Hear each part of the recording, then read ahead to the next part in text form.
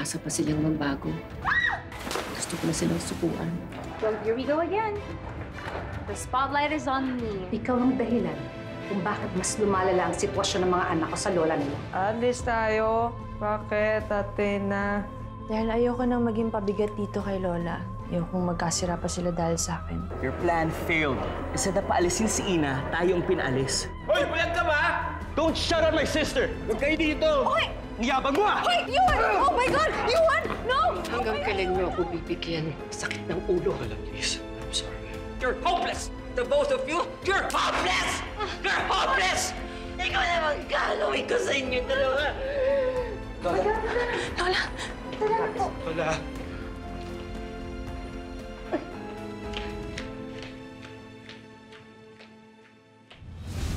Ito po. Inom muna po kayo ng water.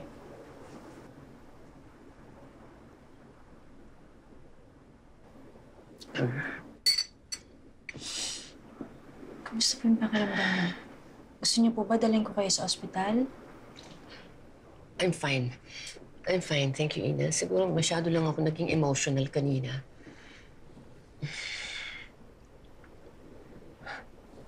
Masakit kasi nito. Sarili ko pang pamilya nagpapahirap sa akin. Mabuti ka pa eh. Hindi tayo magkadugo pero mas ramdam ko yung malasakit mo sa akin at pagmamahal. Natatakot akong mawala. Kasi hindi pa ako handang iwan sila.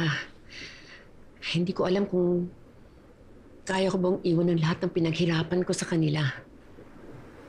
Lola, huwag po kayo magsalita ng ganyan. Alala ko po tuloy sa inyo yung daddy ko. Kasi nung mga bata pa lang po kami, lagi niya po sinasabi sa amin na sa akin daw po naiiwan yung pinaghirapan niyang restaurant. Kaya bata pa lang po ako, tumutulong na po ako sa restaurant namin. Inaral ko po lahat kung paano din magpatakbo. Kasi ayoko pong ma-disappoint si daddy sa akin. Gusto ko pong tuparin yung pangako ko sa kanya. Hanggang sa... wala na.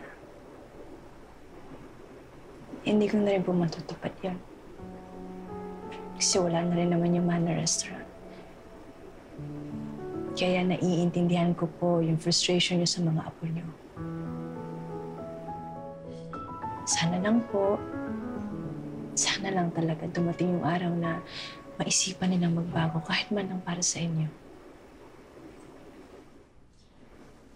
Mahirap umasa, Ina.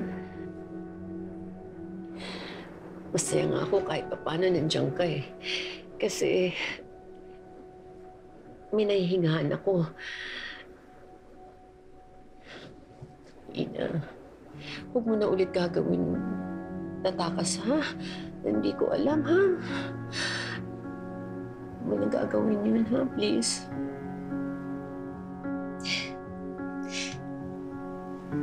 Po, Lola. Sorry po. Promise po, hindi na po ako alis.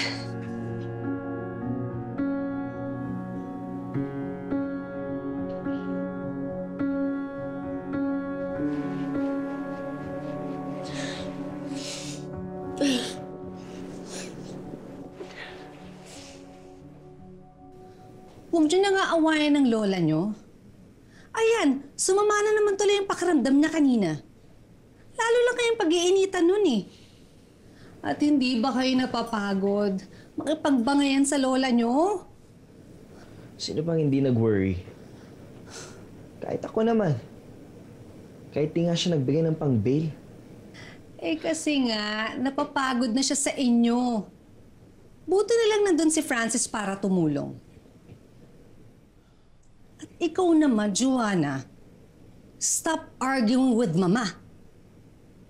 Bakit hindi ka tumulad kay Ina? Naging malapit sa lola nyo.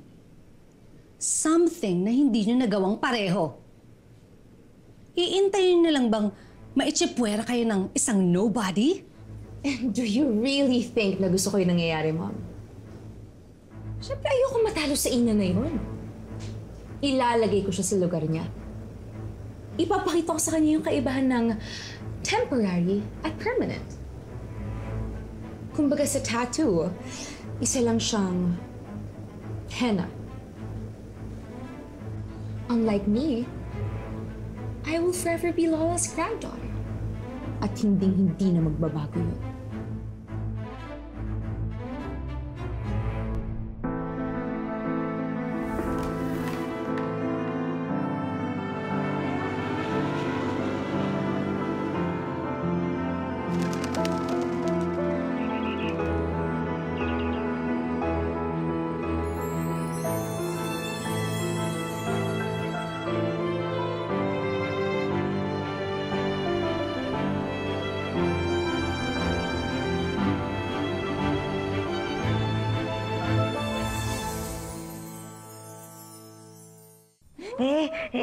Ate, gulo naman. Ate, di na tayo alis. Hindi na tayo aalis kasi mas kailangan tayo ni Lola dito. Hindi na alis, ha? Hindi na alis. Hindi na alis. Sabi, masaya na siya. Hindi na alis. Ano ba yan? Gulo tuloy. Kasi hindi mo tayo aalis kaya ginugulo ko. Wag! Ayan, dito yung gitna. Okay. Wag igulo. Hindi na. Hindi na alis. Hindi na alis.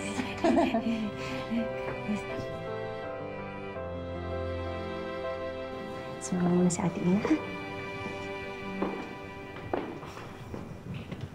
Oh! Alis na ba kayo? Sana naman, pag umalis na kayo, wag na kayong babalik, ha? At sa tingin mo ba, pagbibigyan kita? Sorry, pero hindi kami alis. Hindi namin iiwan si Lola sa taong katulad mo. Pagkatapos ng ginawa mo sa akin, napatunayan ko na napakasama ng ugali mo. So no, hindi namin iiwan si Lola at hindi kami aalis. Pasensyahan na lang tayo. Magtiis kang nandito kami. Wow! Matapang ka na. Bakit? Kasi may pader ka na sinasandalan? The Great Wall of Orion. Okay.